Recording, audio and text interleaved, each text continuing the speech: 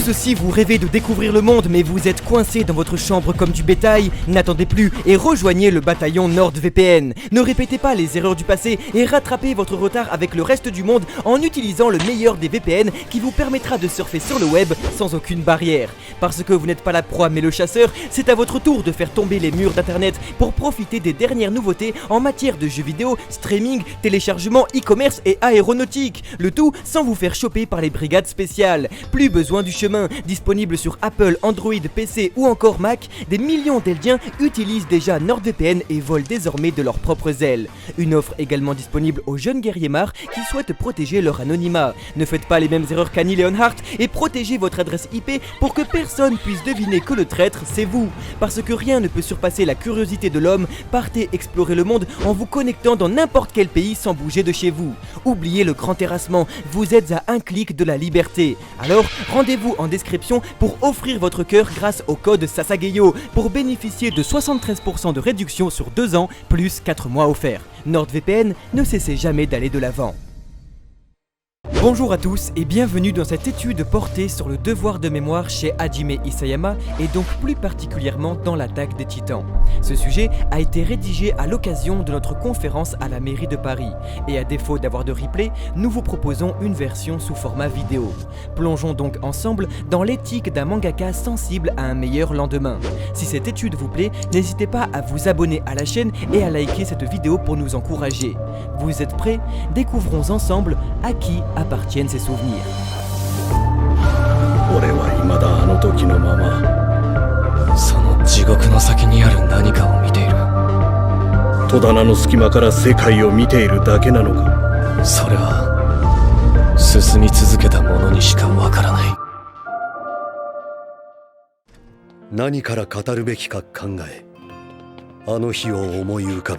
Le devoir de mémoire est l'obligation de rappeler les événements tragiques de l'histoire afin qu'ils ne se reproduisent plus. Travailler l'histoire, c'est nécessairement le faire à travers le prisme d'une mémoire et d'une subjectivité. Un rapport que l'on retrouve dans l'art qui s'en va lui exprimer une vision de l'histoire à l'aide de la mémoire de son auteur ou celle des autres. Ainsi, l'art traduit une mémoire individuelle en un rapport plus collectif. Il peut transmettre le devoir de mémoire et l'obligation morale qui l'accompagne, et cela tout aussi bien à travers le documentaire, forme performative absolue, que la fiction. En effet, il n'est pas important que l'histoire contée soit vraie pour établir un devoir de mémoire. Au contraire, c'est également parce qu'elle peut être fantasmée et surréaliste que l'on se souvient de son apprentissage. L'attaque des Titans, qui reprend les grandes étapes de notre histoire et sa map monde en y incorporant des colosses anthropophages, s'inscrit intégralement dans cette posture. Ainsi, nous sommes en droit de nous demander de quelle manière l'œuvre d'Hajime Isayama propose un apprentissage moral à travers l'importance de la mémoire dans son manga. Dans un premier temps, il est nécessaire de rappeler que l'art, même s'il traite de l'histoire, est forcément un point de vue. Il est l'expression culturelle du groupe qui le produit. On ne peut s'affranchir de son point de vue et atteindre l'objectivité historique absolue. Alors l'art, dans une période de paix, a le pouvoir de véhiculer ce devoir de mémoire et de donner la parole à une histoire à travers un apprentissage. C'est avec cette posture qu'Hajime Isayama convoquera l'importance de la mémoire en 3 temps, que nous allons étudier dans cette vidéo. 今から107年前、この壁に逃げ込んだ人類は王によって統治しやすいように記憶を改ざんされた。Dans l'attaque des Titans, les souvenirs forment les piliers de l'histoire, tant le pouvoir ancestral des Titans se concentre autour de ce procédé. En effet, lorsqu'un humain hérite d'un pouvoir de Titan primordial, il se voit hériter des souvenirs des précédents détenteurs. Cette transmission de souvenirs et l'importance de la mémoire se trouvent alors dans le pilier même du manga, à savoir les 9 titans primordiaux, tous liés par les souvenirs de chacun via un axe appelé le chemin. Plus encore, si la transmission de la mémoire intervient comme la pierre angulaire du récit, à savoir donc de quelle manière est racontée l'histoire dans le temps, l'importance se retrouve dans l'influence de cette transmission, car les détenteurs se voient influencés par les précédents et forment ainsi une première approche du devoir de mémoire. Les individus sont forgés par la mémoire de leurs prédécesseurs. Cette mémoire est donc essentielle à la construction de l'individu et fera de lui soit quelqu'un qui brisera le couteau, soit quelqu'un qui le brandira, ou quelqu'un qui le conservera. Le premier écueil à la mémoire naît de la culpabilité. Alors, la première approche de la mémoire chez Hajime Isayama intervient au tout début du récit sans que nous puissions le deviner. L'histoire n'est pas en réalité celle avec un grand H de l'humanité, mais celle d'un individu qui décida de mentir. Cette tromperie dramaturgique se présentera à nous lecteurs comme un excellent professeur. En effet, le début du récit affirme que l'humanité a en partie été terrassée par les titans. Or, il s'agit en fait d'une infime partie du monde que l'un des titans primordiaux, l'originel, isola du reste de l'humanité en effaçant la mémoire de son peuple. Culpabilisant des horreurs que son empire a commis au fil des siècles, le titan originel, au courant de 2000 ans d'histoire, décide de s'exiler et de tromper à la fois son peuple et les lecteurs. En effet, le récit se forme alors par l'effacement de la mémoire et la réécriture de cette dernière, traduisant dans la fiction les théories négationnistes de notre histoire.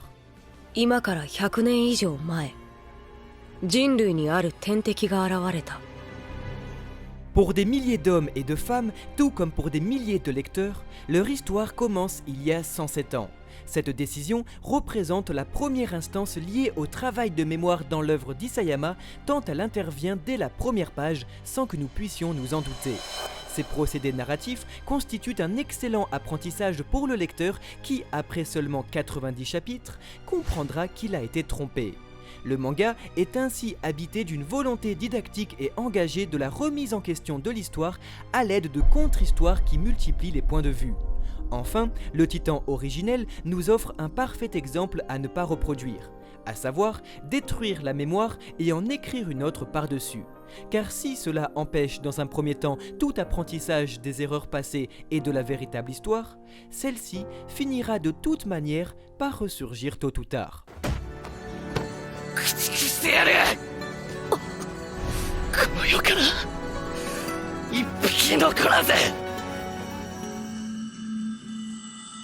Dans une seconde mesure, la haine engendre la haine, et l'apprentissage des souvenirs soulève trop souvent un besoin vengeur. En effet, le second écueil de la mémoire présenté par Isayama dans son œuvre est celui du cycle de la haine, un cercle vicieux qui pousse deux nations à s'entretuer sur plus de 2000 ans. Nous avons vu qu'à un moment donné, l'une tenta de s'exiler et d'effacer la mémoire du monde en vain, car ce peuple, selon lui martyr, se voit la cible d'attaques féroces du monde entier en représailles pour les horreurs commises depuis 2 millénaires. Mais pour ces gens, à la mémoire retirée et enfermée derrière des murs, leur innocence ne fait aucun doute. C'est ainsi que nous suivons les aventures vengeresses d'Eren Yeager, petit enfant qui vit sa mère se faire exécuter par l'ennemi. L'ignorance qui habite les habitants des murs les pousse à se venger sans savoir qu'ils étaient la cible eux-mêmes d'une vengeance. Une position délicate pour les personnages comme pour les lecteurs, que Sig Yeager, frère d'Eren et partisan du mouvement d'éradication douce de la mémoire comme son ancêtre avant lui, exprimera en ces quelques lignes. 歴史の過ちを学んでいないとは。レイス王によって世界の記憶を奪われたのは悲劇だ。だから何度も過ちを繰り返す。 Ainsi, le cycle de la haine se présente comme le fruit d'une ignorance et d'un désir aveugle de faire ressentir à l'ennemi ce qu'il nous a fait ressentir plus tôt. Nous avons vu que dans un premier temps, le mangaka plonge son lecteur dans la même ingénuité avant de lui faire découvrir le reste du monde. À la connaissance de l'histoire avec un H majuscule, le désir vengeur du héros principal est teinté de malveillance, et le récit se renverse en opérant de multiples retournements de paradigmes et de points de vue. Eren parvient à se venger, mais lance sur sa nation de nouvelles représailles. Alors, le cycle de la haine ne semble pas pouvoir se briser. Il est important de préciser que le lecteur ne possède jamais plus d'informations que les personnages. Ainsi, lorsque nous apprenons l'existence du monde entier, c'est avec ses habitants. 我々の王は100年前にこの壁を築き、巨人の力で民衆の記憶を改ざんし、壁の外の人類は滅亡したと思い込ませた。Ce mimétisme de découverte étape par étape permet de créer une empathie très forte envers les protagonistes, tout comme il crée un point de divergence entre les actions des personnages et celles du lecteur. Ce n'est en effet qu'une fois le voile sombre levé sur la géographie de la fiction que le lecteur parvient à mettre un terme à l'engouement aveugle lié à la vengeance du héros. Cependant, ce n'est pas le cas de ce dernier, qui décidera de s'enfoncer dans cet enfer. Une seconde leçon qui permet au lecteur de contempler les dérives de la mémoire et la possibilité d'être endoctriné par un peuple meurtrier sans même le savoir.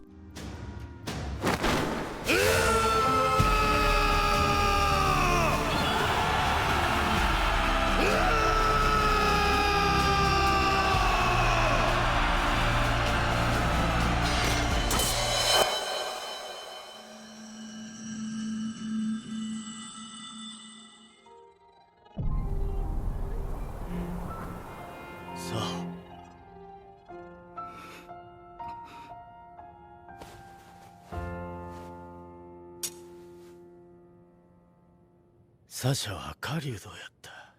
5名頃から弓を教えて森で獣をいて殺して食うてきた。それが俺らの生き方やったからや。けど同じ生き方が続けられん時代が来ることは分かっとったから、サシャを森から外に生かした。で、世界はつながり、兵士になったサシャはよその土地に攻め入り人を撃ち、人に撃たれた。結局森を出たつもりが、世界は命に奪い合いを続ける巨大な森の中やったんや。C'est après un cheminement de plus de 11 ans et demi qu'Hajime Isayama offre l'unique solution viable tout en offrant une fin ouverte dans un monde où la guerre reste d'actualité.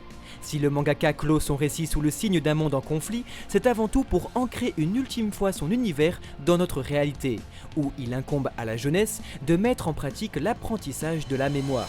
En effet, c'est par un message très clair qu'Hajime Isayama nous offre une fin qui n'en a que le nom. Le personnage principal décide de redonner la mémoire à ses compagnons afin qu'ils puissent la raconter aux générations suivantes.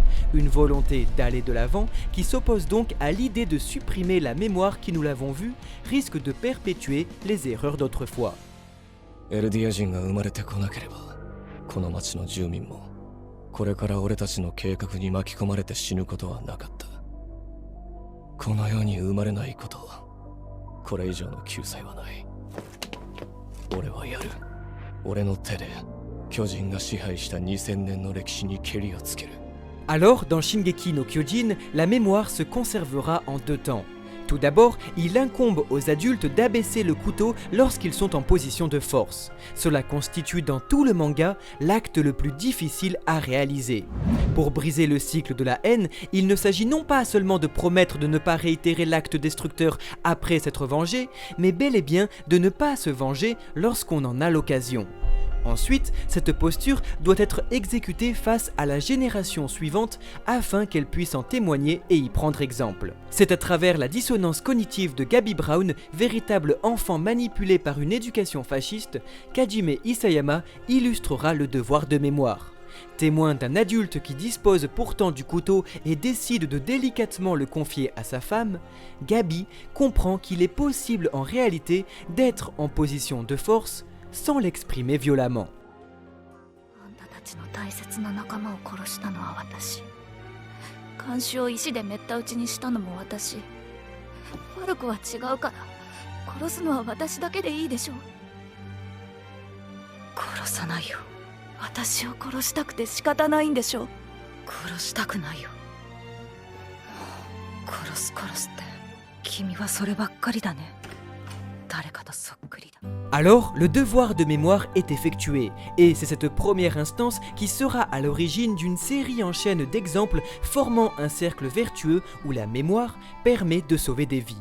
La jeune fille se prosternera à son tour pour demander pardon, et c'est à la fin de la boucle que l'adulte fasciste qui entraîna militairement la jeune fille dans une optique de violence perpétuelle se prosternera face à ses ennemis après avoir vu son élève le faire avant lui. La mémoire intervient comme un facteur obligatoire à l'apprentissage des erreurs commises. La fin de l'œuvre met ainsi en situation les deux personnages principaux représentant chacun une des tentatives précédentes d'utilisation de la mémoire qui saisissent aujourd'hui leurs fautes. L'acceptation de ces deux figures majeures des mouvements précédents intervient comme un argument d'autorité pour le devoir de mémoire. En effet, si nous avons vu qu'Eren accepte de baisser le couteau et de redonner la mémoire à ses compagnons afin qu'ils ne reproduisent pas les erreurs du passé, son frère Sig, quant à lui, saisira dans ces derniers moments l'importance de la mémoire qu'il souhaitait pourtant effacer. Oi! Sakanaki, そのボール投げてくれないか?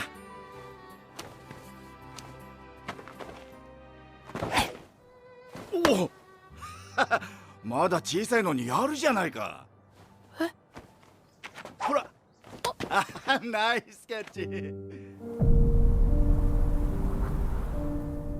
Pour saisir pleinement l'acceptation de Sig en faveur du devoir de mémoire, il est important d'évoquer l'institutionnalisation de la mémoire dans Shingeki no Kyojin, jusqu'à la création de ses multiples objets totems.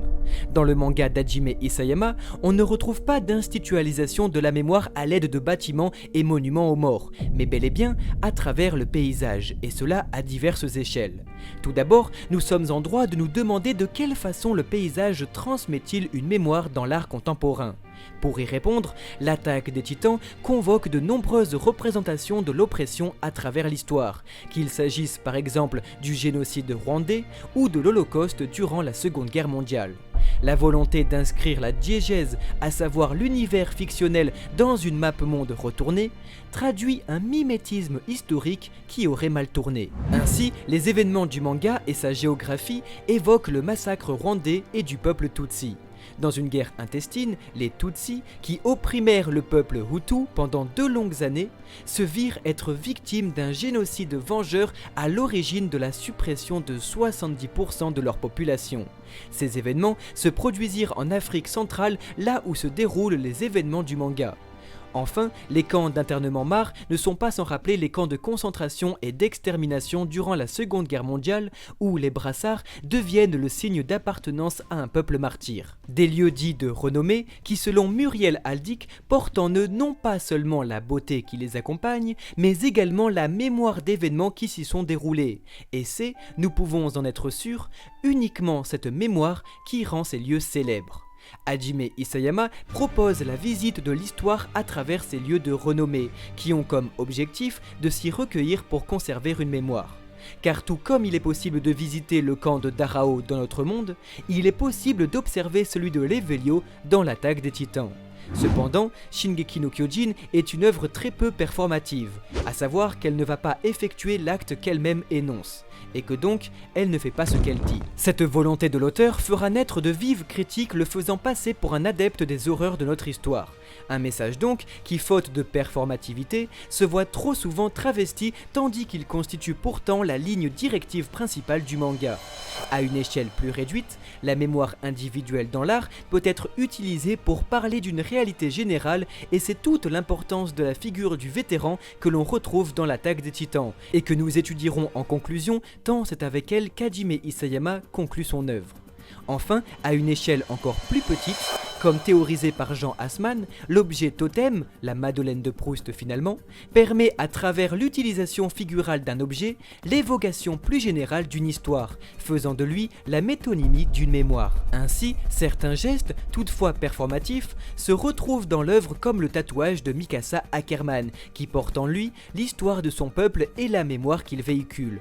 Le tatouage est ici perçu comme une mise en scène en esthétisme du passé.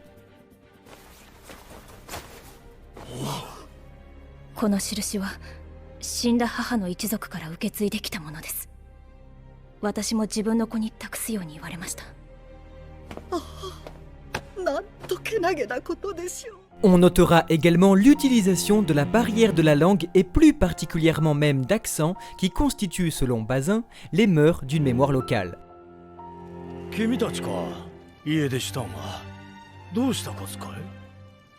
南方マーレの名前。はじめまして、僕たちは兄弟でベンとミヤです。Tous ces éléments offrent au manga de multiples contre-histoires permettant de confronter les points de vue. C'est en effet à l'aide de l'utilisation de mêmes histoires perçues par différentes personnes que le manga retranscrit le prisme subjectif absolu de l'histoire. Les procédés narratifs et dramaturgiques mis en place par Isayama permettent de revisiter la même histoire différemment à l'aide de mémoires multiples afin d'en arriver au constat que l'objectivité mémorielle n'existe pas. エルディア復権の希望でもなく、ジーク自身と向き合ったことが一度でもあっただろうか。何にせよ、ジークは自らと祖父祖母の安全を選んだ。君は両親からひどいことをされた。勝手に見放し、ちっとも君のことを気にかけなかった。君を愛さなかった。ジーク、君は悪くない。君は賢くていい子だ。 Ce rappel est également inséré dans les dialogues via le personnage de Eren Kruger, qui exprime l'idée que la vérité dans ce monde n'existe pas. Chacun peut être un dieu ou un démon, du peu que les autres en décident ainsi. De ce fait, pour Hajime Isayama, la mémoire se sculpte autour de subjectivité au fil du temps, et c'est pourquoi nous avons vu en première partie toute l'importance liée à l'influence de la mémoire au fil de l'histoire via les pouvoirs des titans.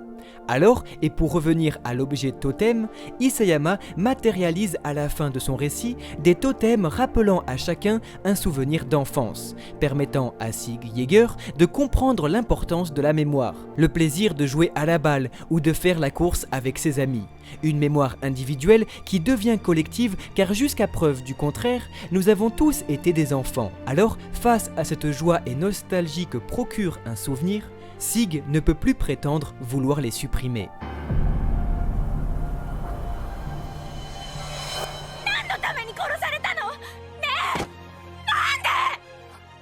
La figure de l'enfant est alors multiple dans l'œuvre du mangaka, tant elle se présente à la fois comme l'étape de la vie où, nous l'avons vu avec Gabi, l'apprentissage est nécessaire et où la mémoire individuelle se forme. En somme, l'enfance est une période primordiale pour la mémoire de chacun. Ensuite, la figure à l'opposé est celle du vétéran. Le récit d'Isayama s'ouvre sur les personnages enfants et se ferme lorsqu'ils deviennent finalement des adultes. Afin d'illustrer avec ces personnages toutes les étapes de la transmission de mémoire, l'auteur nous présente en premier lieu des enfants comme réceptacles de titans, mais également d'apprentissage, avant de les faire devenir responsables d'une nouvelle éducation. Pour cela, l'expérience importe, et c'est à travers le personnage de Levi Ackerman que le vétéran s'incarne dans le manga. エレンの命を何度も救った。その度に何人もの仲間が死んだ。それが人類が生き残る希望だと信じて。そう、信じた結果がこのざまだ。まるでひでえ冗談だな。俺たちが見てた希望ってのは一体何だったんだ。あの死闘の結果がこの茶番だと。 Véritable gueule cassée, Levi aura connu toutes les guerres et lui incombe de transmettre son expérience au monde. Voilà comment se termine l'attaque des titans. Un monde en guerre, mais la différence se fait avec un groupe constitué d'orateurs des deux camps venus témoigner de la mémoire du monde qui aura fait cruellement défaut à l'œuvre jusqu'alors. De ce fait, la mémoire se transmet d'un individu à un autre et peut être caractérisée d'indirect lorsque, sans l'intermédiaire d'un vétéran, elle est racontée par une génération qui ne l'a pas connue. En écrivant son manga, Isayama, qui n'aura pas connu les horreurs de la Seconde Guerre mondiale ou celle du massacre rwandais, affirme pourtant la possibilité de transmettre une mémoire qui n'est pas la nôtre. C'est avec cette illustration que le mangaka invite à la fin de son récit à le prolonger dans notre univers. Le mangaka brise une frontière ontologique, à savoir deux niveaux de réalité, en faisant continuer le combat de la mémoire au-delà des pages de son manga.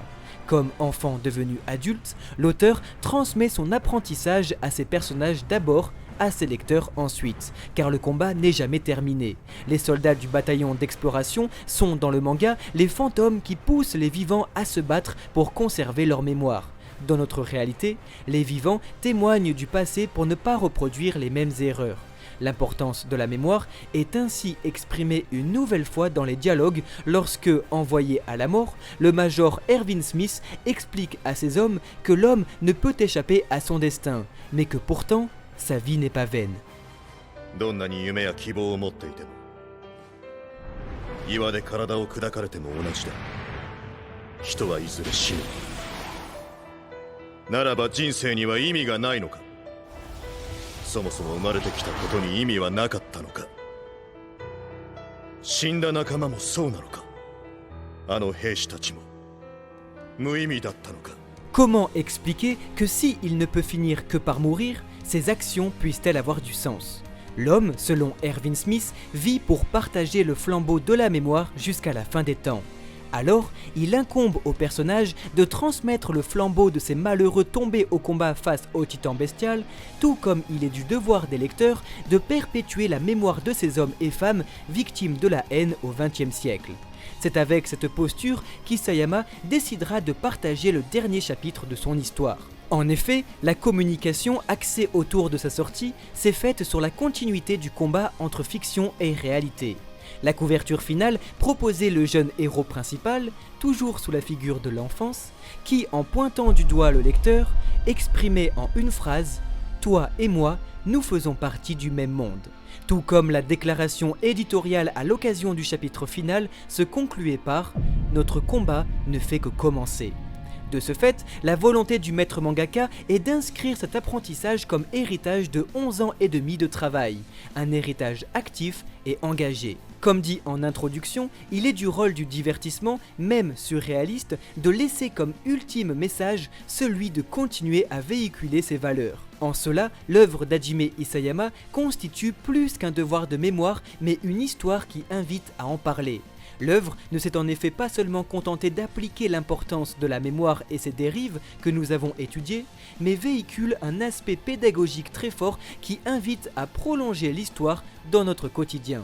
L'attaque des Titans n'est pas une œuvre qui rappelle de raconter son histoire, mais qui insiste sur raconter les histoires. Le manga est terminé, mais le récit, lui, change une toute dernière fois de paradigme, car notre combat n'est pas terminé. Si vous avez une histoire à raconter, racontez-la. Et si vous n'en avez pas, écoutez celle d'un autre.